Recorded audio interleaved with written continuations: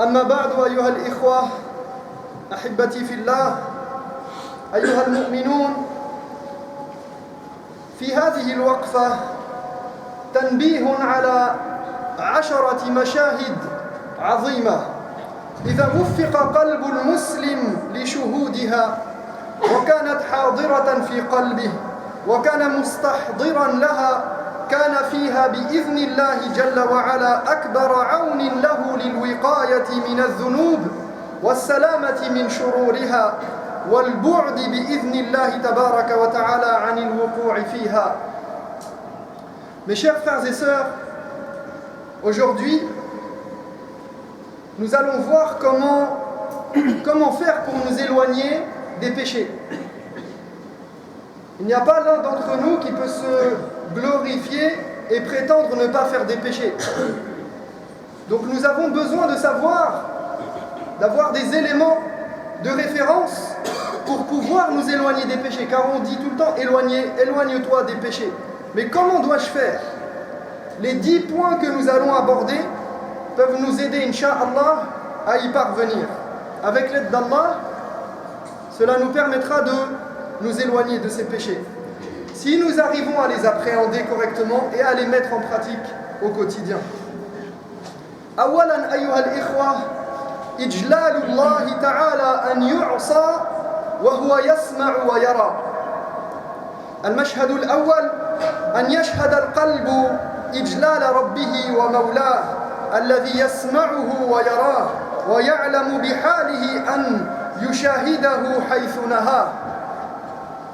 Premièrement, honorer Allah comme il se doit, sachant qu'il nous écoute et qu'il nous voit. Le croyant doit se rappeler qu'Allah l'écoute et le voit à chaque fois qu'il lui désobéit. Il doit donc tout faire pour le respecter et l'honorer, honorer son Seigneur.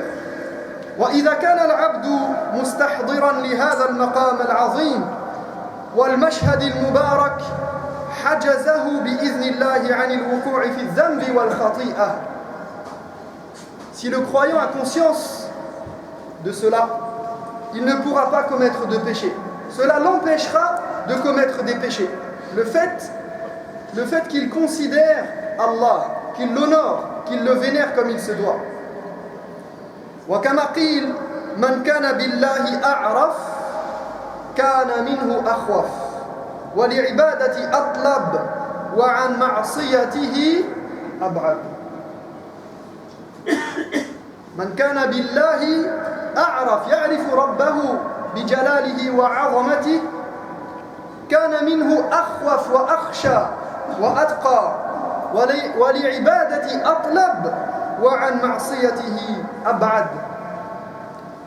En effet, plus tu auras conscience de la grandeur de ton Seigneur, de la beauté, de la majesté d'Allah, plus tu le craindras et plus tu seras enclin à l'adorer et t'éloigner du péché. Plus tu auras conscience qu'Allah tabaraka wa ta'ala, ton créateur, est grand, noble, beau, qu'il détient la majesté et que tu dois l'honorer, plus tu le craindras et plus tu chercheras à l'adorer et plus tu seras éloigné des péchés et des désobéissances. ففعلك المعصية وأنت تعلم أن ربك مطلع عليك لا يخفى عليه شيء من أمرك يدل على عدم تعظيمك له وقلة حيائك منه. Quand tu fais un péché, alors que tu sais que ton Seigneur t'observe et te regarde et que rien ne lui échappe, cela montre que tu ne le respectes pas et que tu n'as aucune pudeur envers lui. وقد قال تعالى ما لكم لا ترجون لله وقارا. Allah nous dit, qu'avez-vous à ne pas vénérer Allah comme il se doit? ما لكم لا ترجون لله وقارا. Qu'avez-vous à ne pas respecter et honorer votre Seigneur comme il se doit? فهذه النقطة الأولى. ثانيا استحضار محبة الله. فالمشهد الثاني شهود القلب حب الله وترك الذنوب والبعد عنها طلبا لهذا المقام العظيم والمطلب الجليل. Deuxièmement, rechercher l'amour d'Allah à travers le délaissement du péché. فإن المعصية والذنب يفوت على العبد حظه ونصيبه من محبة الله جل وعلا له بحسب ما وقع فيه من ذنب أو خطيئة. Quand tu désobéis à Allah et que tu fais un péché, sache que tu perds de son estime et de son amour. Et plus le péché est grave, plus tu descendras dans son estime et plus tu perdras de son amour. وكذلك إذا كنت تدعي محبته فكيف تعصيه؟ فمن أحب الله تبارك وتعالى ترك معصيته محبة له وإلا فإن دعواه كاذبة. De l'autre côté, si tu prétends aimer Dieu comme c'est le cas de tout musulman, de tout croyant, comment peux-tu lui désobéir? Sciemment, consciemment, en toute connaissance de cause. Celui qui aime Dieu doit délaisser le péché par amour pour lui. Et s'il continue à désobéir, c'est que son amour n'est qu'une prétention. Donc si tu désobéis à Allah sciemment, c'est que son amour n'est en fait qu'une prétention. تعصي الإله وأنت تزعم حبه هذا لعمري في القياس بديع لو كان حبك صادقا لأطعته إن المحب لمن يحب مطيع. Comme l'a dit le poète, tu désobéis sciemment à ton Seigneur alors que tu prétends l'aimer. C'est vraiment quelque chose d'étrange, d'extraordinaire. Comment peux-tu voir les choses de cette manière? Si vraiment tu étais véridique et sincère dans ta parole, dans ta prétention, tu aurais obéi, car celui qui aime obéit l'être aimé. المشهد الثالث عباد الله شهود النعمة والإحسان. Troisièmement, il est important de se rappeler toutes les faveurs et les bienfaits d'Allah dont nous profitons quotidiennement et à chaque instant. فكم هي نعم الله عز وجل على العبد نازلة. Combien de bienfaits nous arrivent quotidiennement? في صحته وفي بدنه وفي أهله وماله أنواع من النعم لا تعد ولا تحصى. Nous jouissons de tellement de bienfaits innombrables. La santé, notre propre santé, la santé de nos proches. Nous jouissons de toutes sortes de richesses, de toutes sortes de faveurs et de bienfaits.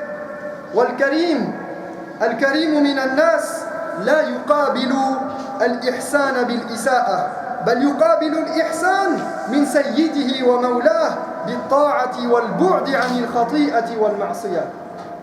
La personne noble ne s'autorise pas à mal se comporter envers quelqu'un qui lui a fait du bien.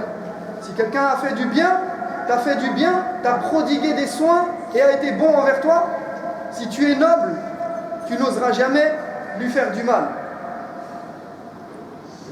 Et puisque ton Seigneur t'a procuré tant de bien, tu ne peux pas le lui rendre en désobéissant et en commettant des péchés. Al-mashhadu al-rabi' mashhadu al-ghadabi wal-uquba. Quatrièmement, se rappeler la colère divine et le châtiment. وهو مشهد عظيم أن يذكر من دعته نفسه إلى معصية أو ذنب أو خطيئة أن الذنوب موجبات لغضب الرب جل وعلا وسبب لحلول العقوبات. Si ton âme t'appelle à commettre un péché, rappelle-toi que les péchés attisent la colère d'Allah et attirent sur toi ses foudres et son châtiment. فما نزلت عقوبة إلا بذنب ولا رفعت إلا بالتوبة.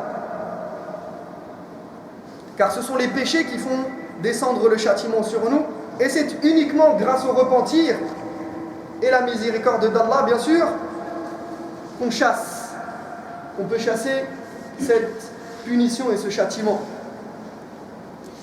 قال تعالى مما خطيئاتهم أغرقوا فأدخلوا نارا أي بسبب خطيئاتهم أغرقوا وأدخلوا نارا. Allah nous dit, et c'est ainsi qu'en punition de leurs péchés, ils furent engloutis puis jetés en enfer. ويقول جل وعلا فكلا أخذنا بذنبه. il nous dit chaque peuple a reçu le châtiment qu'il méritait pour son crime. والمشهد الخامس أيها الإخوة مشهد الفوات أي أن يتأمل من أراد أن يقارف معصية أو يقع في خطيئة وذنب كم سيفوته من خيرات الدنيا والآخرة عندما يغشى ذلكم الذنب أو يقع في تلك الخطيئة. Cinquièmement, savoir que les péchés ont des répercussions sur notre quotidien et qu'ils nous privent de pouvoir jouir de nombreuses faveurs ici-bas et dans l'au-delà. فالذنوب والمعاصي لها من الآثار والأضرار على العبد ما لا يعلمه إلا الله من حرمان العلم والطاعة والرزق وتعسير الأمور وإزاغة القلب وصرفه عن الحق. Les péchés ont des répercussions et un impact néfaste sur le croyant. Ne crois pas que quand tu pêches, cela reste comme ça dans la nature, cela disparaît. Là, chaque acte que nous faisons, chaque parole que nous prononçons a des répercussions ici-bas. Donc ces péchés qu'il commet le privent de la connaissance religieuse. Toi qui as du mal à apprendre, toi qui as du mal à lire le Coran, toi qui as du mal à comprendre les sciences religieuses, demande-toi quels sont tes péchés et réforme-toi. Il le prive de la connaissance, l'empêche de faire ses adorations correctement. Toi qui ne te lèves pas pour Salat al-Fajr, pose-toi des questions. Tu as mis 50 réveils, mais rien n'y fait, tu ne te réveilles pas. Parce que c'est un honneur. Allah te gratifie. Ne crois pas que c'est par ceux qui se lèvent et qui vont à la mosquée pour Salat al-Fajr, c'est parce qu'ils sont forts, parce qu'ils sont... Non. C'est parce qu'Allah tabaraka wa ta'ala le leur permet. Et c'est une manière de les honorer. Les péchés diminuent la subsistance. Et on entend par subsistance, al-rizq, même la foi. Rendent difficiles ses affaires, éloigne son cœur de la vérité et l'aveugle.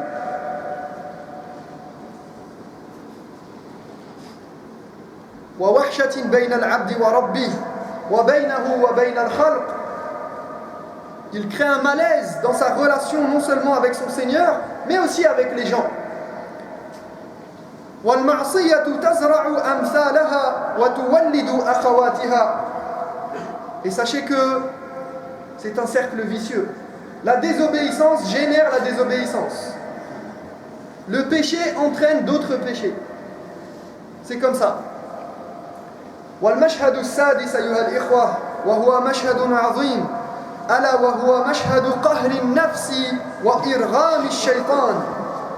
Sixièmement, lorsque tu délaisses le péché, sache que tu domines ton âme et tu l'as emporté sur le diable. وفي هذا القهر للنفس والإرغام للشيطان لذة لا توازى وهناءة لا توصف. Quel plaisir de pouvoir dire, et je pense que beaucoup d'entre vous l'ont déjà éprouvé ou testé et goûté à ce plaisir de pouvoir dire j'ai réussi à dompter mon âme et à ne pas me laisser prendre au piège de Shaitan. J'ai réussi, je l'ai emporté, c'est une victoire. Et toute personne qui est dans un péché particulier, lorsqu'elle gagne sur son âme et sur Shaitan, c'est une grande victoire. Et qu'Allah lui facilite et la pousse et la mette sur le droit chemin et lui permette de gagner encore d'autres batailles.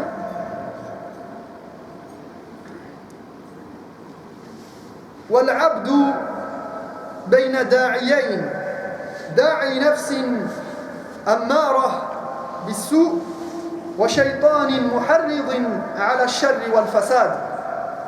Car le croyant se trouve coincé entre le marteau et l'enclume, entre son âme qui l'appelle au mal et le diable qui l'y invite.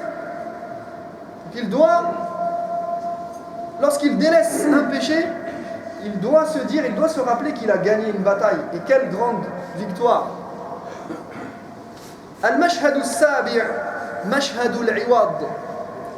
Septièmement, la compensation.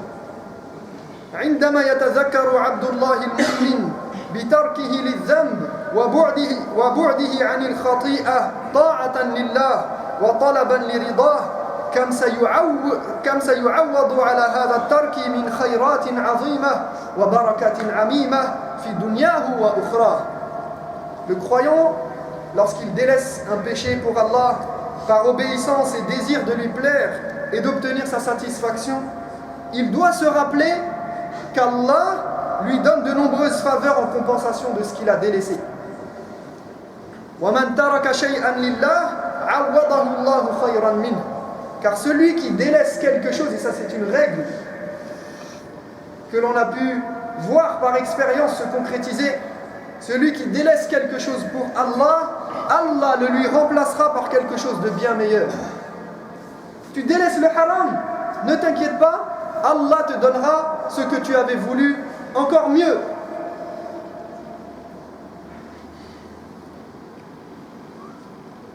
والمشهد الثامن أيها المؤمنون مشهد المعية.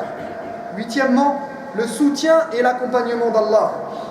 معية الله تبارك وتعالى الخاصة لعباده المؤمنين، عباده التائبين، عباده المتطهرين، عباده المتقين، عباده المحسنين. Allah est avec ses pieux serviteurs, ceux qui se repentent, qui se purifient, qui le craignent et qui font le bien, qui s'efforcent de faire le bien et de rester dans le droit chemin. Allah les accompagne, Allah les assiste, Allah est avec eux. وهي معية تقتضي النصر والتأييد والحفظ والكلاءة والرعاية والعناية. Il leur donne la victoire, il les soutient, il les protège, il leur donne la force et l'aide dont ils ont besoin dans leur quotidien, mais aussi également pour se défaire et se délester de ce fardeau qu'est le péché. يقول تعالى والذين جاهدوا فينا لنهدينهم سبلنا وإن الله لمع المحسنين. Allah tabaraka wa ta'ala nous dit, ceux qui font des efforts et luttent dans notre voie, nous les guiderons assurément sur nos sentiers, car Allah est avec ceux qui s'efforcent à faire le bien, qui font le bien. أقول قولي هذا وأستغفر الله لي ولكم فاستغفروه إنه هو الغفور الرحيم. الحمد لله وكفى وسلام على عباده الذين اصطفى لا سيما عبده المصطفى وآله المستكملين شرفا وأشهد أن لا إله إلا الله وحده لا شريك له وأشهد أن محمدا عبده ورسوله صلى الله عليه وسلم. المشهد التاسع مشهد معاجلة الأجل.